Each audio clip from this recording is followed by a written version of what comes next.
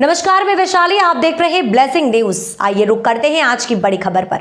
इस वक्त मध्य प्रदेश के जो हालत है उसको लेकर नासिर इस्लाम ने सरकार को घेरा। साथ ही भोपाल में चल रहे बहुचर्चित मछली परिवार के मामले में अपने विचारों को व्यक्त किया। इसमें उन्होंने साफ तौर से कहा कि जहां एसआईटी की टीम पूर्व में शारिक को क्लीन चिट दे चुकी है, उसके बाद भी राजनीति गरमाने के लिए इस मामले को उठाया जा रहा है। सिर्फ राजनीतिक नेताओं की लड़ाई में मछली परिवार शिकार हुए हैं। मध्य प्रदेश में भारतीय जनता पार्टी की नींव रखने वाले मछली परिवार आज उसी पार्टी की अंदरूनी राजनीति की भेंट चढ़ गया। साथ ही उन्होंने सरकार को कहा कि मध्य प्रदेश एक हंसता हुआ परिवार है। यहाँ सभी धर्म के लोग एक परिवार की तरह रहते हैं। इसे धार्मिकता से जुड़ा करने की कोशिश ना करें एवं इस राजधानी के माहौल को खराब ना करें। और राजधानी का इतिहास काफी पुराना है, इसको बिगाड़ने की कोशिश ना करें। तो भोपाल में बहुचर्चित मामला काफी गरमाया हुआ है। शारिक मछली कांड काफी गंभीर आरोप लगे। उत्तर विधानसभा के विधायक भी इस पे अपना बयान कर चुके हैं। भोपाल के सभी विधायकों के बयान आ चुके हैं। आपका क्या कहना है? मैंने सुना भोपाल उत्तर के विधायक का बयान, हमने सहमत हूँ उसकी बात से, उनकी बात से। कहीं ना कहीं आप भी कांग्रेस से चुनाव लड़ चुके हैं, मध्य विधानसभा से 50,000 लोगों का समर्थन भी मिला था आपको। ठीक है, मेरा कहना इतना सा है कि जो परिवार भारतीय जनता पार्टी की बुनियाद रखने वाला हो इस प्रदेश के अंदर, और कुशाभाऊ ठाकरे, स्वर्गीय कुशाभाऊ ठाकरे साहब, या 3 मुख्यमंत्रियों की बात कर लें, हम लक्ष्मी नारायण शर्मा जी की बात कर लें, हम बाबूलाल गौर साहब की बात कर लें, ये सारे लोग उस परिवार से जुड़े रहे, ऐसे कई अखबारों ने लिखा है और हम ये वास्तविकता से जानते हैं। जनसंघ से जुड़े लोग हैं। आज अगर उनके यहाँ का कोई एक गलती भी कर देता है नौजवान, या कोई उससे गलत काम हो जाता है, तो घर तोड़े जाएं, मकान तोड़े जाएं और उसको इतना ज्यादा तूल दिया जाए केवल राजनीतिक रोटियां सेकने को, ये बात कहीं से गली नहीं उतरती। और मैं तो एक बात कहना चाहूंगा सरकार से, सरकार के अंदर बैठे ऐसे मंत्री भी हैं जिनके ऊपर राष्ट्रद्रोह का मामला लगना चाहिए था, परंतु उनसे इस्तीफा नहीं लिया जाता। आज तक विधानसभा में पहुंचते हैं और ये सरकार एक चोचला करती है सिर्फ सांप्रदायिक वो करने के लिए। अरे भाई, आप लोग ये समझिए, ये प्रदेश की राजधानी, इसकी बुनियाद जानते हैं क्या है? इसकी बुनियाद है रानी कमलापति और दोस्त मोहम्मद खां, उनके भाई। जिस प्रकार से रानी कमलापति की मदद करने के लिए दोस्त मोहम्मद खां, ये इस राजधानी की बुनियाद है। इसमें एकता, भाईचारे की एक मिसाल है और इसको प्रदूषित किया जा रहा है।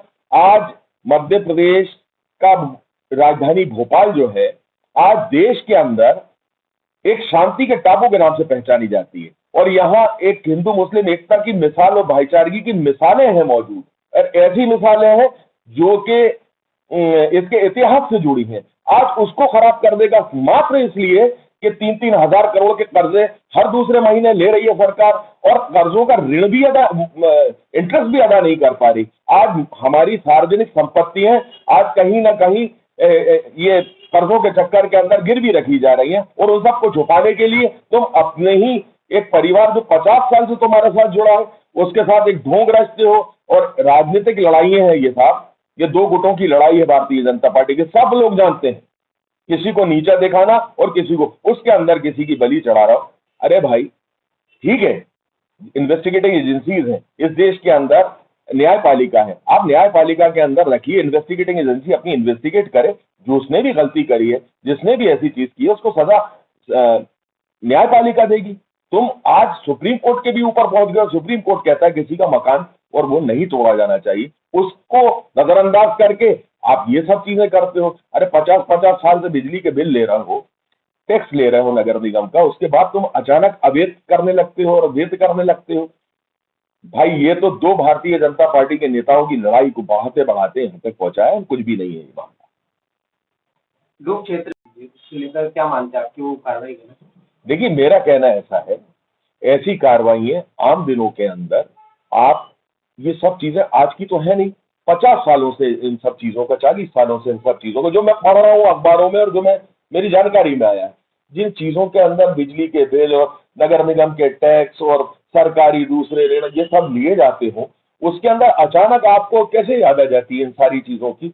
और मैं मानता हूँ, देखिए आपको मैं एक सवाल पूछना चाहता हूँ, आपके माध्यम से इस सरकार से और भारतीय जनता पार्टी के लोगों से पूछना चाहता हूं और देश के प्रधानमंत्री से भी पूछना चाहता हूं, जहां 3000 किलो ड्रग्स पकड़ाते हैं, उस कुंद्रा पोर्ट के ऊपर तुमने आज तक क्या कार्रवाई करी? जो देश के अंदर आने का सूत्र तो वही है इन सब चीजों का, करके दिखाओ फिर मानेंगे। ये तो चोट लो ढकोस लो और सिर्फ बेईमानी है और इन्वेस्टिगेटिंग एजेंसीज का दुरुपयोग करना है। इससे राजनीतिक स्तर प्रदेश का ही नहीं पूरे देश का राजनीतिक स्तर गिरता चला जा रहा है। इस राजनीतिक स्तर को आज उठाने की जरूरत है। आज विश्व के मानचित्र के ऊपर जिस तरह से भारत की बदनामी हो रही है, उन सब चीजों के उससे भारत को ऊपर लाने की जरूरत है। आज हमारा देश प्रेम कहां चला जा रहा है? आज एक मिलिट्री के अफसर के ऊपर जो कार्रवाई कर रहा है उसके खिलाफ तुम्हारा मंत्री बोलता है तुम इस्तीफा तो ले लो, अगर इतने बड़े मर्द हो तो।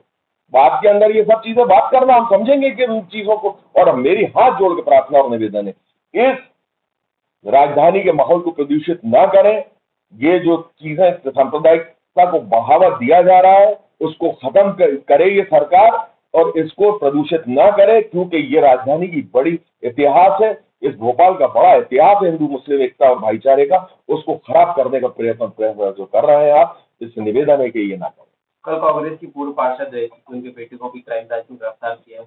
देखिए, अगर मैं इस बातों के, अगर कोई इन्वेस्टिगेटिंग एजेंसी किसी के पास से कुछ पकड़ती है, उसको गिरफ्तार करती है, उसके साथ एक न्यायोचित मामला करे, न्यायालय लेके जाए। अगर उसने किया है, न्यायालय उसके अंदर उसको सजा दे। मैं इन सब चीजों के अंदर नहीं, लेकिन जो एक बिंदु बनाकर, एक टारगेट कर जिस प्रकार से ये सब चीजें करी जा रही हैं, मेरा कहना उसके ऊपर है। अब तक के लिए खबर में बस इतना है, फिर होगी आपसे मुलाकात ऐसी एक और बड़ी खबर के साथ। तब तक के लिए नमस्कार। देखते रहिए ब्लेसिंग न्यूज, देश की आवाज। ऐसे ही लेटेस्ट अपडेट्स के लिए हमारे चैनल को सब्सक्राइब करें और तुरंत नोटिफिकेशन पाने के लिए बेल आइकन प्रेस करना ना भूलें। यदि आप हमें फेसबुक के माध्यम से देख रहे हैं तो हमारे पेज को फॉलो जरूर करें। धन्यवाद।